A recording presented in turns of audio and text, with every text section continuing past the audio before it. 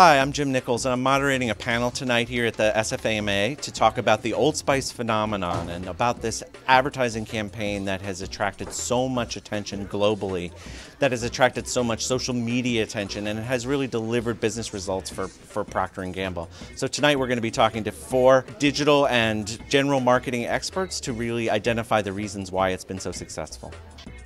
I think the big aha we were having was that it's not just about a campaign, it's more about a commitment that people are making to creative and ideas that are big enough that they can span time, channels. It's been a brilliant execution across all the channels, and I think that's why it's been so incredibly successful, because the TV, the web, and the social have really been able to reinforce each other. They really made all the media channels work together, and that they have embraced and exploited what those media channels do best. So I think that they've done a great job with really getting the TV campaign out there and getting a lot of exposure.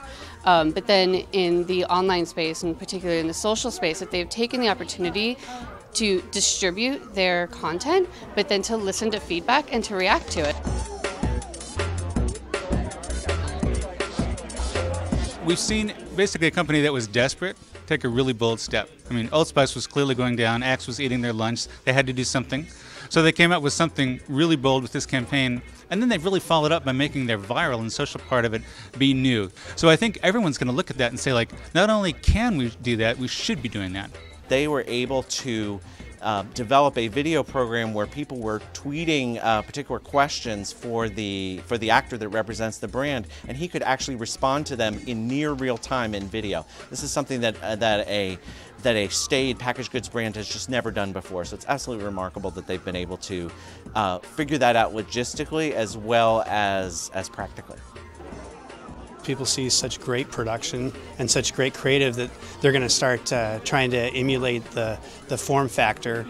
So rather than trying to get a character or trying to do another comedy just like that, what we think the brief should be is something that's more about real time. How do you create an idea that's big enough and content that's strong enough to be able to respond in real time? How do you align your marketing processes to be more real time? And how do you respond and react as they did to a successful campaign and re-up that commitment by being able to have that happen on a minute-by-minute, day-by-day basis? And I think the way they did it was they pretty much turned production thinking on its ear. I mean, to be able to do 185 essentially spots in a day of shooting is unheard of before, but they were able to do that because the character was malleable to that sort of form factor. The interactivity, the two-way nature of it, and the real time actually really connected with people and built advocates.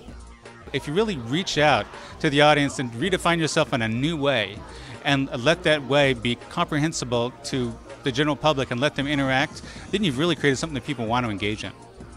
There is a lot of short-term pull the plug really quickly that maybe something isn't working in the that marketers do overall, and I think that one of the things that we were all saying on the panel is there needs to be a little bit more patience, and there needs to be the willingness to let something to continue to live on.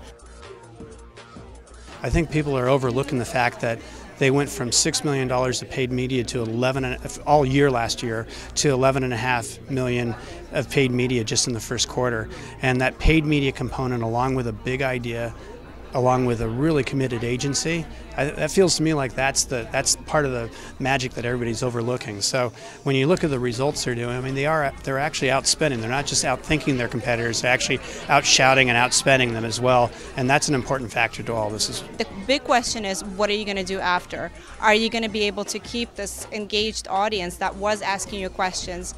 Can you keep that going, or how is it going to ideate itself in the future? So these 4 panelists have completely dissected this campaign and have figured out all aspects of what's going to make marketing work in the future. Great job, AMA. Great job, BARS+TONE. A lovely venue, and thanks for having us.